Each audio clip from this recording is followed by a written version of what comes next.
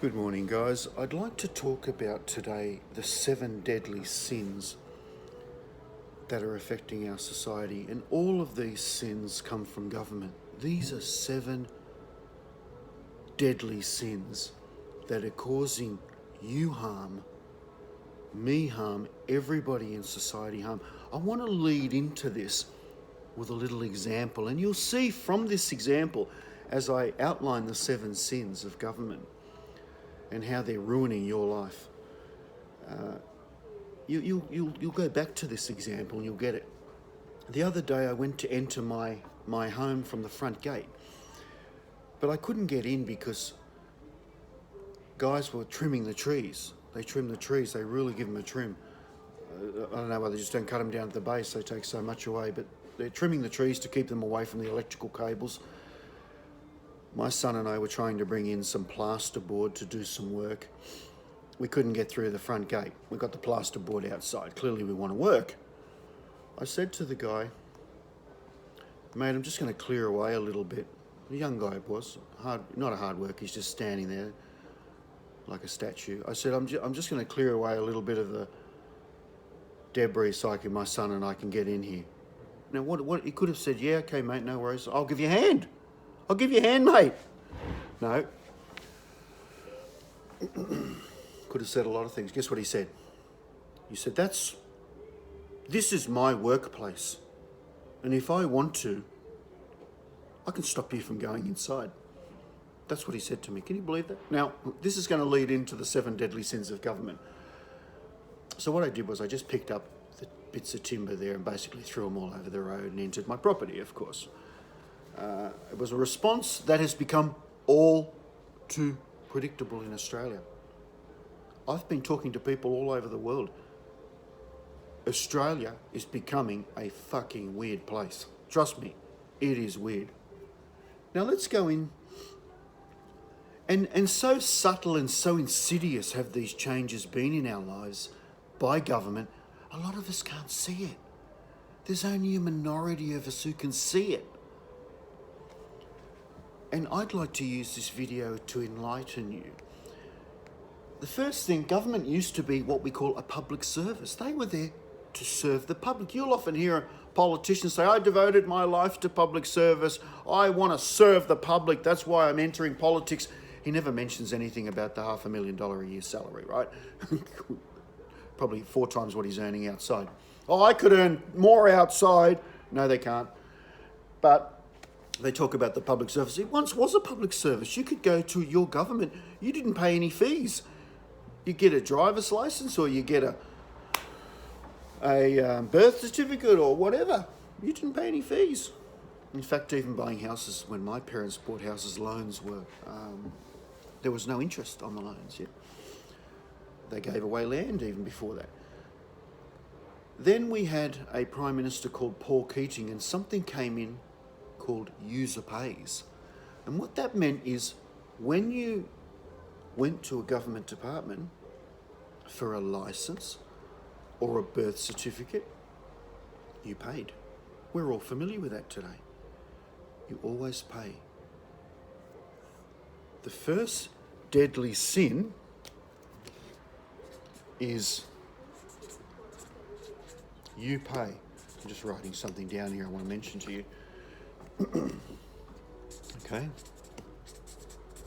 You now pay for your goods and services. People accepted it. I don't think they charged much at the time. And a lot of people wouldn't have been able to afford it, but people did. You just accept it. It's just a new thing. You accept it. They don't even tell you. You just start paying for things. So suddenly we've gone from a public service to now you're paying for these services.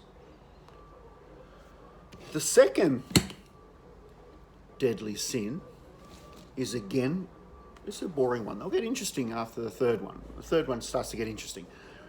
The second one, but I want to mention these two, even though they're a bit boring, I want to mention them. The second one was when Prime Minister John Howard was in power. Howard prided himself on balancing the budget, and so he should. Everyone should live within their means. It's important. And Prime Minister Howard balanced the budget. But to balance that budget, You couldn't keep spending on the public service, on the general public. So Howard then began to put pressure on government departments to charge more and even break even. Profit, break even, yeah? So you've now got Keating's introduced the first deadly sin, user pays. You're now paying. The second deadly sin was Howard's no debt. And now there's pressure on the public government departments for you to pay more and for them to break even and profit and not lose. I'll give you an example. I read the annual report from Ambulance Australia. It wasn't fun. It was like pulling teeth, like having bamboo under your fingernails. But you know what I never found?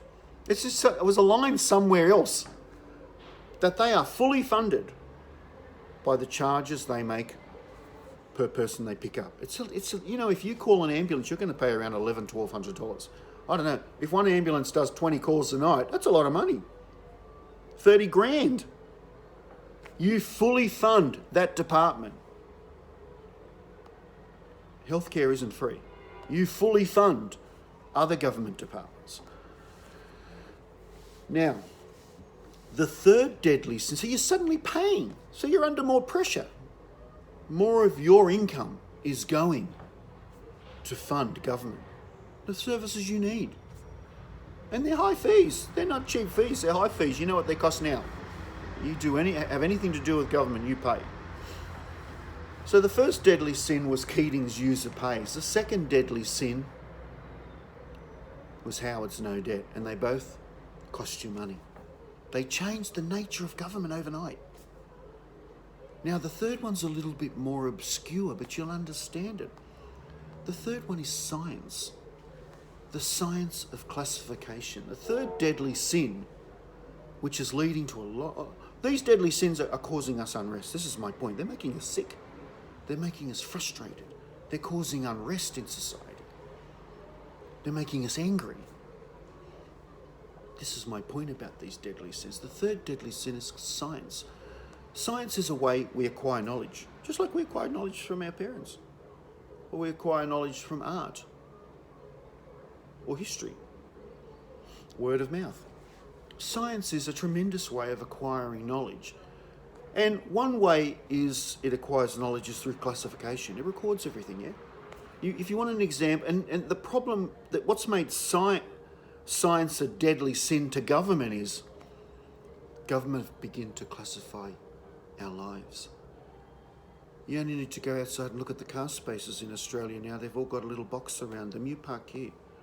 You park there. You do this. Sign job applications, roles and responsibilities. This is your role. This is your responsibility.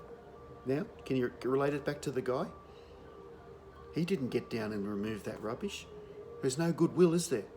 Because no, this is his role, this is his responsibility.